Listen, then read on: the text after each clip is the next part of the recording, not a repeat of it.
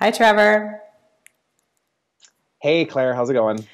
So good. Thank you so much for being here. I'm really excited to talk with you about some of your work and the journey you've been on to build this cool life you've got. So, yeah, thanks again. Yeah, no, it's my pleasure. I always love talking about this topic. It's if I can talk about, all the failures I've had along the way and it helps somebody else, there's a lot of personal satisfaction that comes with that. So, looking forward to getting into it. I love it. So, let me just go ahead and read kind of a bit about you at the top of the hour, just so that folks who don't already follow you can get a sense of some of the work you do. And then I'll ask Okay. you to tell us all the things I don't say. Sounds good.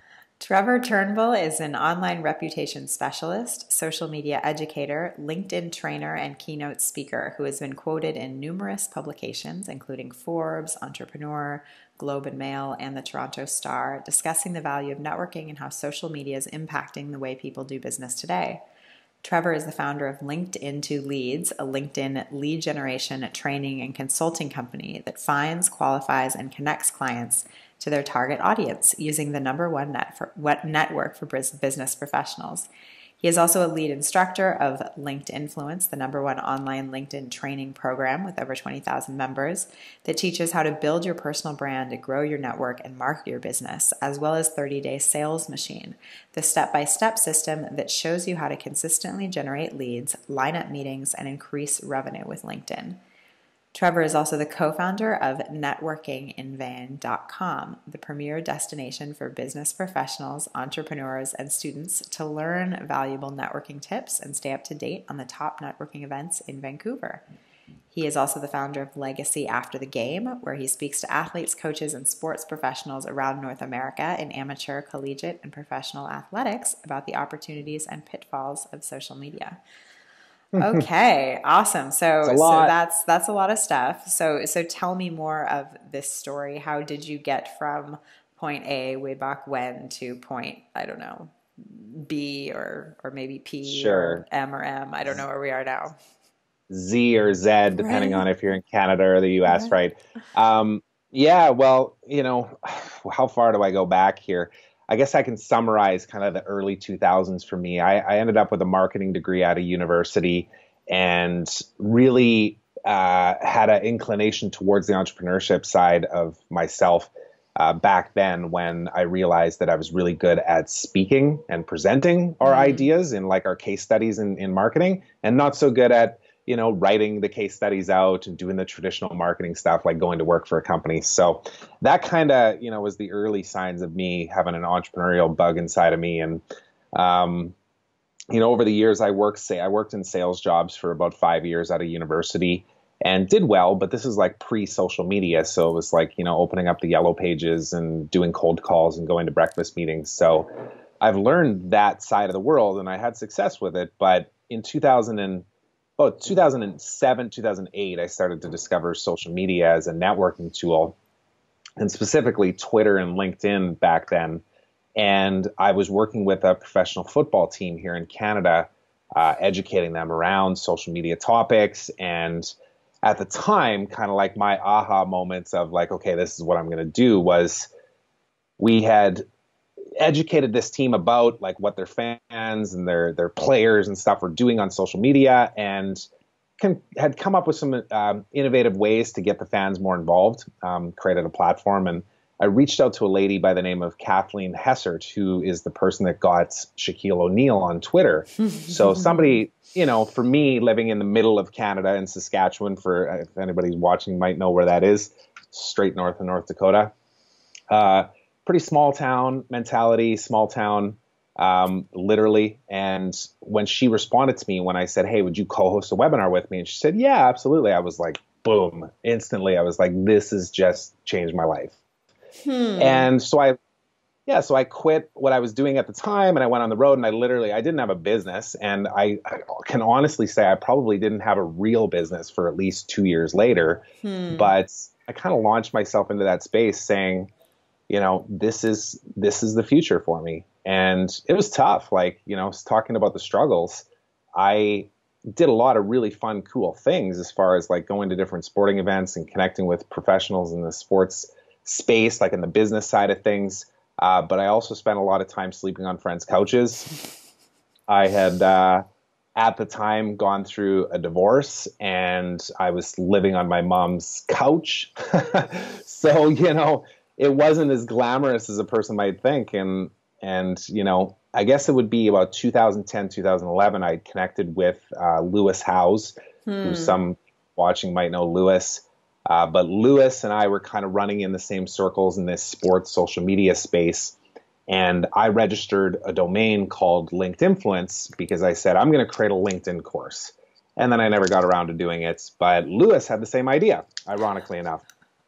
Literally the same. He wanted to call his course the same thing. So he contacted me.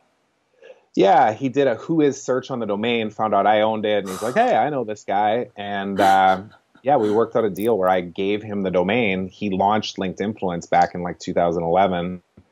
And I took over and ran his Sports Networker website, which is a recruiting site for helping people get jobs in the sports industry for like almost 4 years. So Lewis and I worked closely together. And then when he got out and starting doing his School of Greatness podcast, somebody had to come in and take over Linked Influence. So I did, and kind of came full circle. Yeah. And it's evolved from there. Everything that, you said in my big long bio there, it's evolved into a more sales-focused course called 30-Day Sales Machine, where we have over 800 members in there now. And I still do some speaking on the sports side of things, too, through that legacy after the game business, which is really focused around helping student athletes and administration staff, like athletic directors and that type of thing, understand the impact that they can have with their personal brand and online presence. And talking about the positive sides of it, how they can actually use it to impact their lives in a good way, as opposed to all the negative stuff that we hear all the time. So, yeah, it's all kind of come together, and it's just been a crazy ride for the last like 9-10 years, but something that's I've learned a lot along the way, and happy to dive into anything you want me to dig into even more. Okay, well, I've got a lot. So my first kind of question is, I want to ask you about this idea of, when you go back 9 or 10 years and you think about that moment of quitting a safe, stable-ish job, right? I guess jobs are never as stable as we think they are. But you're quitting a stable thing for this life of you don't know what. You said it took maybe a couple years to get it started up in the end, right? So it was a risk. It ended up being a risk. How did you do that? And what kind of fear was involved, and how did you get over that fear? Sure.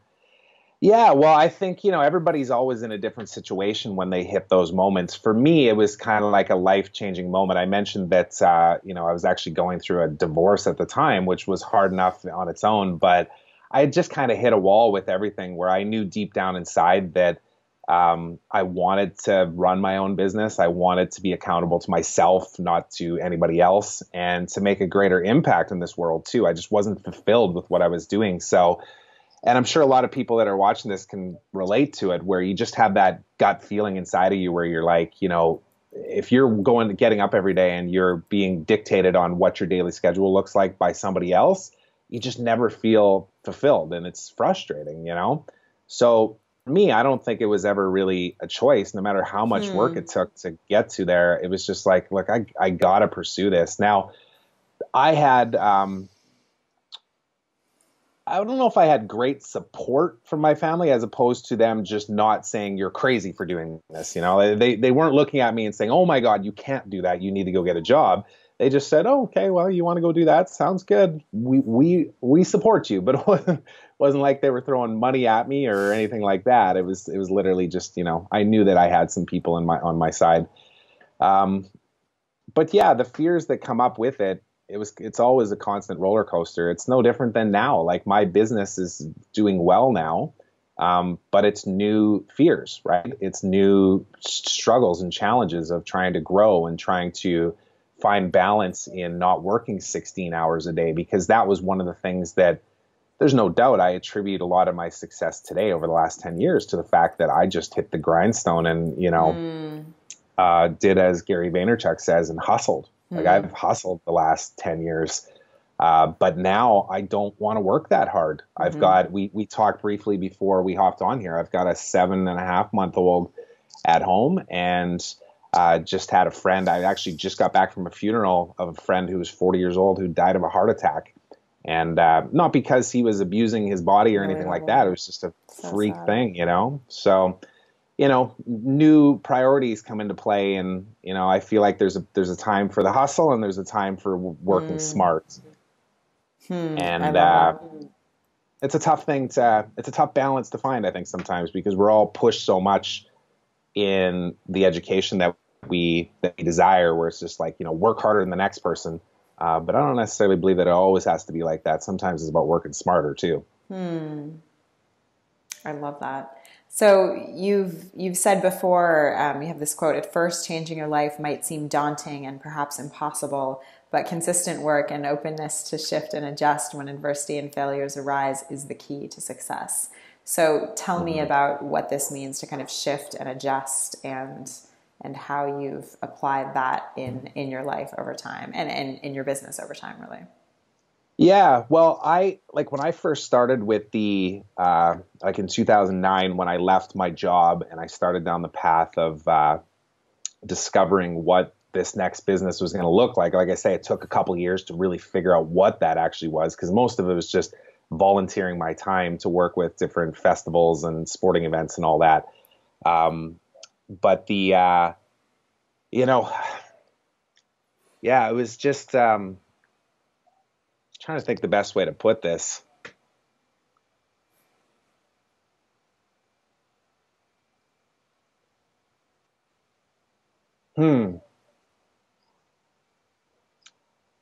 Let's go back and start that question over if you can. Sure. Sorry to stop it in the middle there. No worries. Got sidetracked in my thoughts.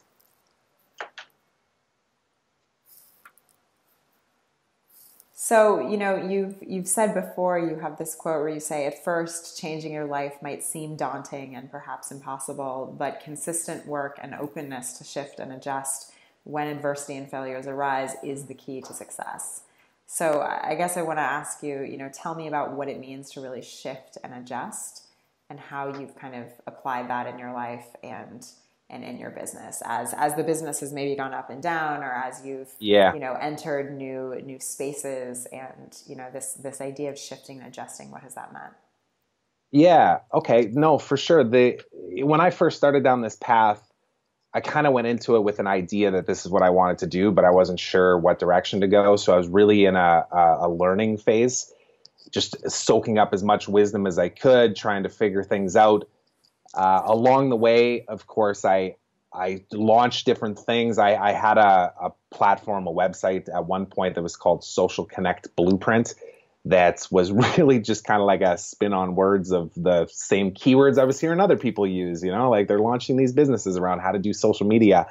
And it was a real great learning experience, and I connected with a lot of great people. But eventually, you know, I kind of had a wake up call where I was like, this isn't a business. This is a hobby. This is a learning tool, you know, and I would have to stop and shift and adjust. And, you know, the opportunity, I mentioned Lewis, and the fact that when he decided to go and do his School of Greatness, and there was the opportunity for me to jump back into linked influence and really be, you know, the LinkedIn guy, I took that opportunity. And when I did it at first, though, of course, I didn't own the platform. Like the program itself was still owned by Lewis's business partner. I was really just the trainer. And so it didn't allow me a whole lot of opportunities to really, you know, grow it massively to the degree that I'm doing right now.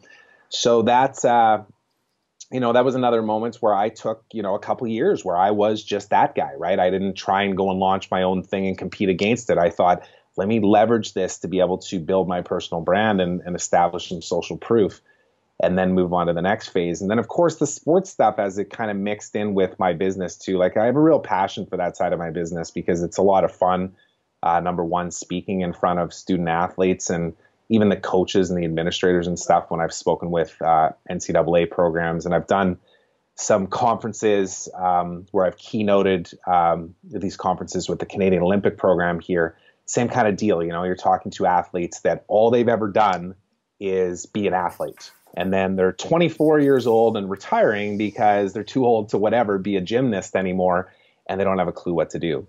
So to actually inspire them on like, look, you have the ability to leverage this brand that you've built and the CEOs that you're meeting at these events to actually start something or get a great job right out of your athletic career.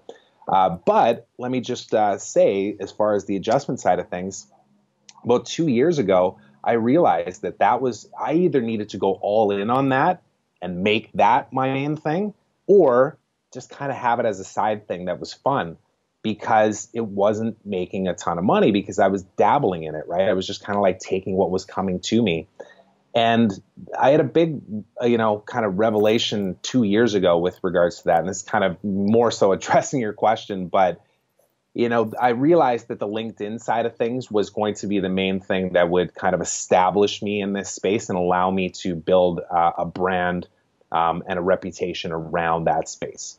It doesn't mean that that's all I do, because it's really just a fraction of what I do. Like we're building sales funnels and we're doing webinars. I do, like 100 webinars a year. So I really specialize in that, but I don't teach anything on it because I said to myself 2 years ago, I'm going to focus on one thing and I'm going to do it really, really well. And that has allowed me to now be able to expand out beyond that, because I've built trust with the people that I work with on the LinkedIn side of things, where they go, okay, he's very structured in how I put my training together, and I built a lot of trust, and now I can move on to other things. And my sports stuff's kind of taken a back seat, and I've had to be okay with that. And I'll come back to it again another day, where I'll put a whole bunch of money and time and resources towards it to really build that side of my business. But so yeah, to answer your question again, it's just the adjustments that you have to make over time, and sacrifices of staying focused and not getting distracted in too many different directions. I see that a lot of times with people, and it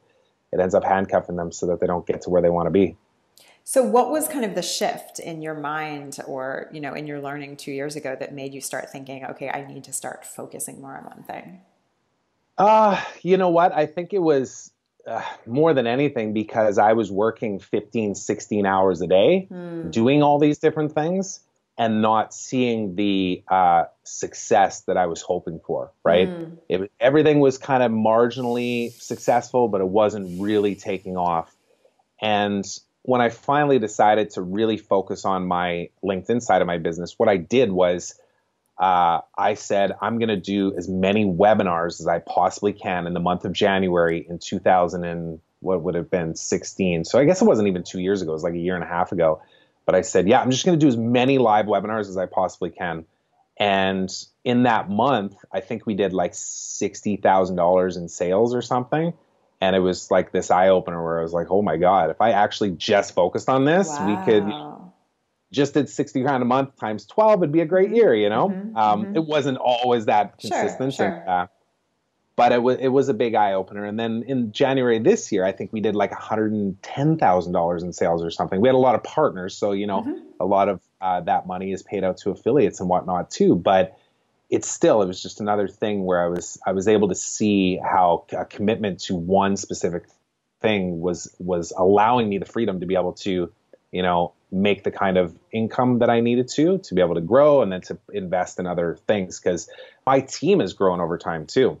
If there's another thing with entrepreneurs that we're all guilty of, it's that we think that we're the only ones that can do a particular job as best as possible. But I'm the only one who's ever been able to respond well to email, right? Those are our thoughts.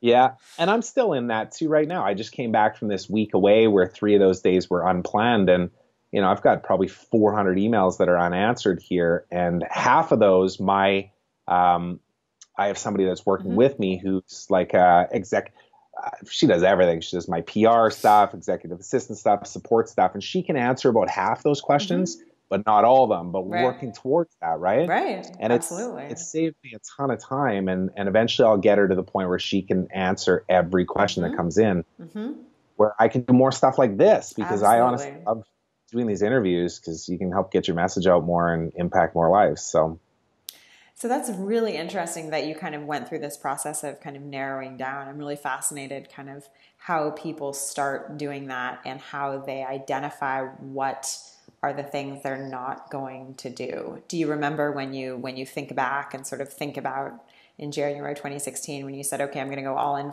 with webinars for a month? That meant you couldn't do a bunch of other things that month, right? And were you just thinking of it as an experiment? I'm going to see how this goes, or how did you kind of process that and really cross everything else off the list in terms of not focusing on? Yeah. Well, with the webinar stuff, I think it was the easiest decision to make because the focus was to try and generate as much revenue in a month as I possibly could. And I knew that webinars have always been successful for me because I've been doing them since like 2009, I guess.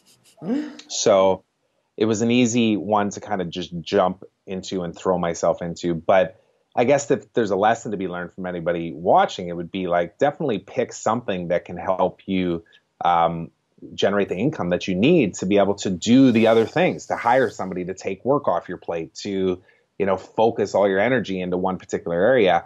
There's, and not to get too much onto a separate tangent, but you have to be profitable in your business to be able to create an impact in this world. Like I talked about this the other day, talking about nonprofits and how, at some point we want to be able to create this website that will help other people understand the challenges that go with pregnancy. We were talking about that a little bit, and how we would monetize that. And at first a person thinks, well, why would you want to monetize, helping people through the struggles of pregnancy or what they don't yet know about pregnancy? And my mindset is always, well, I want that to be a profitable business so that I can put the money back into it to create a greater impact. Right.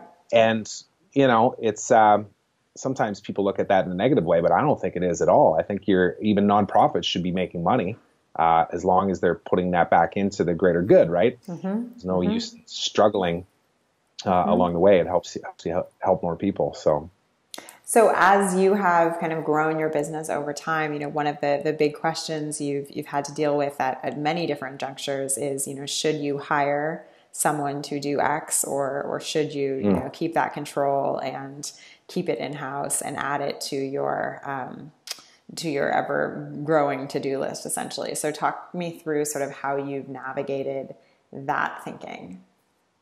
Yeah, well, I'm a list maker to my own detriment for years and years. Like my friends used to make fun of me about lists, like papered lists. I just write out everything, right? And I still do the same thing on like text documents on my computer. But, eventually, as you start to categorize those lists, those items that you do every single day, you start to see things that really aren't as critical to the success of your business. And I think where my defining line was with a lot of this was if it was sales focused, like if it was around people asking questions about how to buy or getting them to the point of understanding how my programs or my trainings or my coaching and stuff could help them benefit their business, I would keep all that stuff under my plate. That was the decision that I made. Anything else, I had to train somebody else to do it because it was just eating tons of my time, right? Some of those things, for example, for me is I have a membership site for people to go and learn on their own how to implement these LinkedIn strategies for turning those cold leads into warm prospects. And there's a lot of questions that come in that are like, I locked myself out of my account. Can you reset my password? Right. And I was adding, it wasn't a lot, maybe one a day type thing that was coming in, but I didn't have any software where I could click a button and it would populate a template that said, here's your login info. I was manually typing it out every time. And that kind of stuff, I just said, look, I got to take the time to implement this piece of software that has that functionality, give somebody else access to it and let them deal with it. And then that way I don't even look at it because a lot of times it's just the brain space even too. Like I'm looking at my emails right now and I don't delete or archive a lot of my emails. So I've got like 7,900 emails in my inbox. Nice. Yeah. But it doesn't faze me though, because I know that it's all handled, right? There's somebody there to monitor the most important stuff. And if it needs to get into my, realm of existence, it will. And I think there's a fine line with that too. Like you don't want to automate too much of the personal touch, but you do need to figure out a way to scale yourself if you're really going to kind of take things to the next level with your business. And I'm learning as I go here too, trying to figure out ways to let go and give up some of the responsibility and take that never-ending to-do list and actually have other people do it and really trust them that they can, because they can. You just have to. It's more here for me than it is anything else. Yeah. So, we've talked about how you now have like a 7.5-month-old boy at home, and I'm wondering how that has changed how you think about your work life and sort of what success means in your career, or maybe on a practical level, how it has changed kind of your days. Well, it's changed my days considerably and my nights, but Right, yeah. yeah, but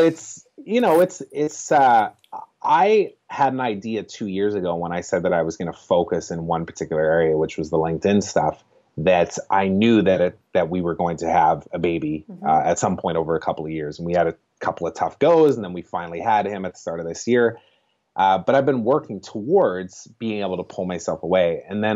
But when that moment actually comes, though, it's still a really tough thing to do, because as an entrepreneur, you're just like, I'm kind of wired and most happy when I'm working, which is, I think, sometimes tough for some people to understand. But,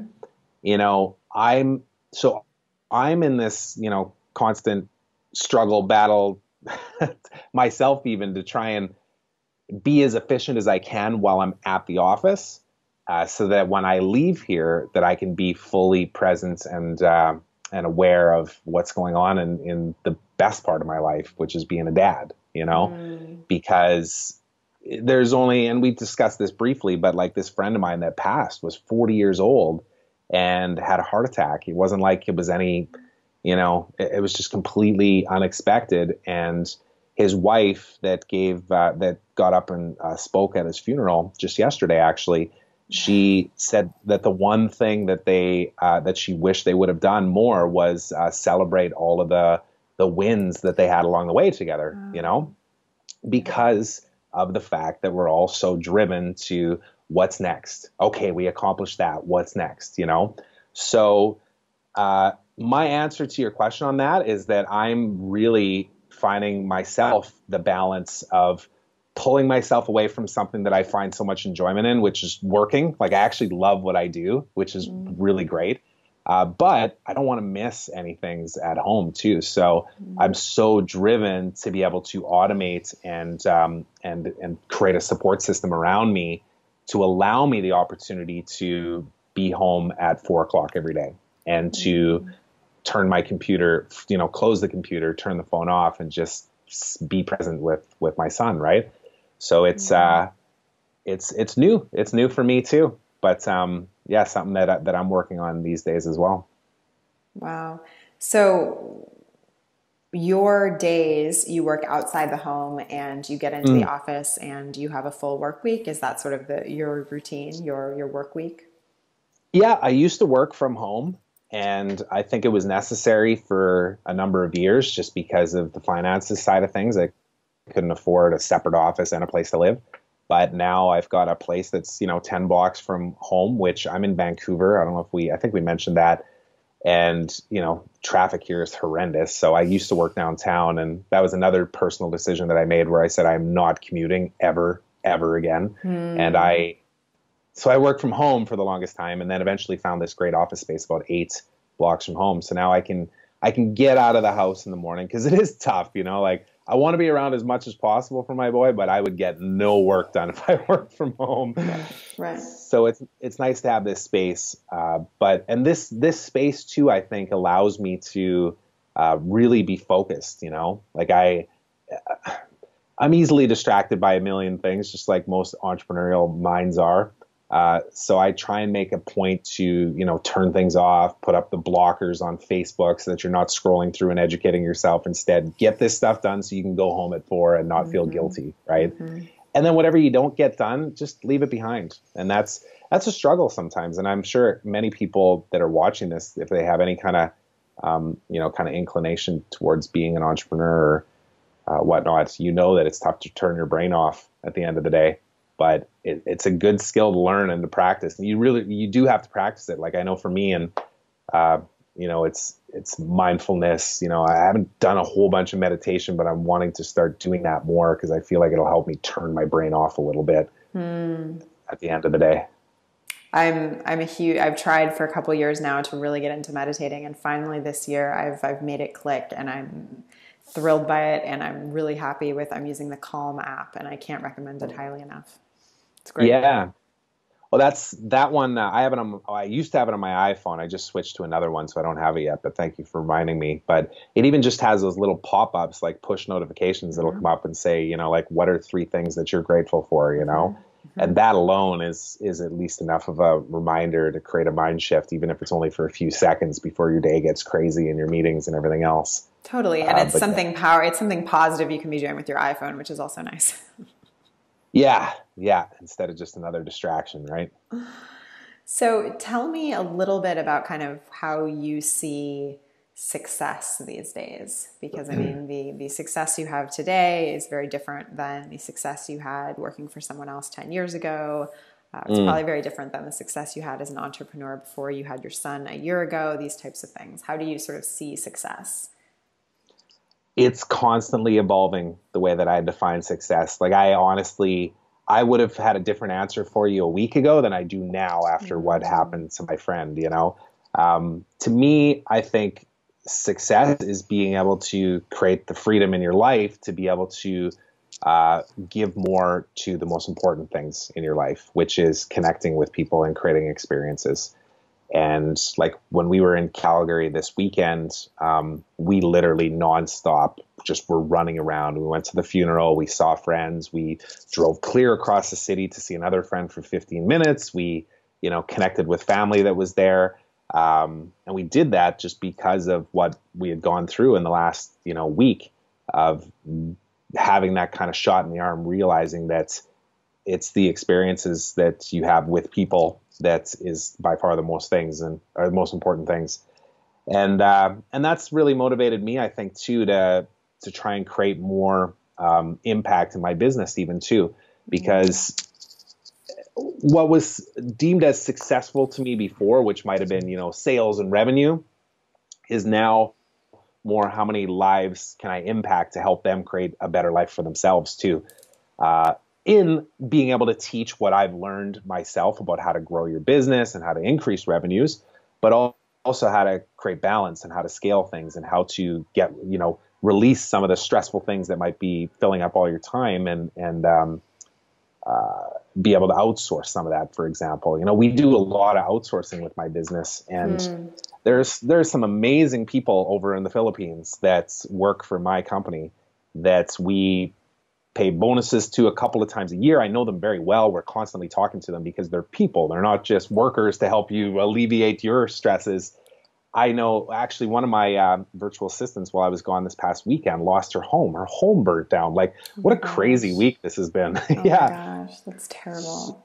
Yeah. So like I contacted a couple of the other people that hire her, that keep her employed full time. And we said, let's pool together some money and send it over so that she can at least kind of get started again, And so it's that kind of stuff that I think, like, I feel most successful when I'm actually helping other people. And it's going to shape the way that I'm approaching my business, where I'm not so worried about scalability and profitability. I feel like all that stuff will come naturally by just being more helpful and more available, even if it means that I have to create ways to scale what I'm doing through group coaching or whatever it might be, but just being more available. So success has changed over the years. It used to be, let's figure out how I can stop doing what I hate and try something new, to, okay, I found something that I like, but I'm not making any money doing it. Let's make some money. And I found success in that.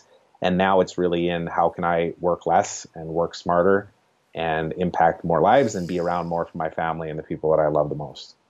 Boom. I love it.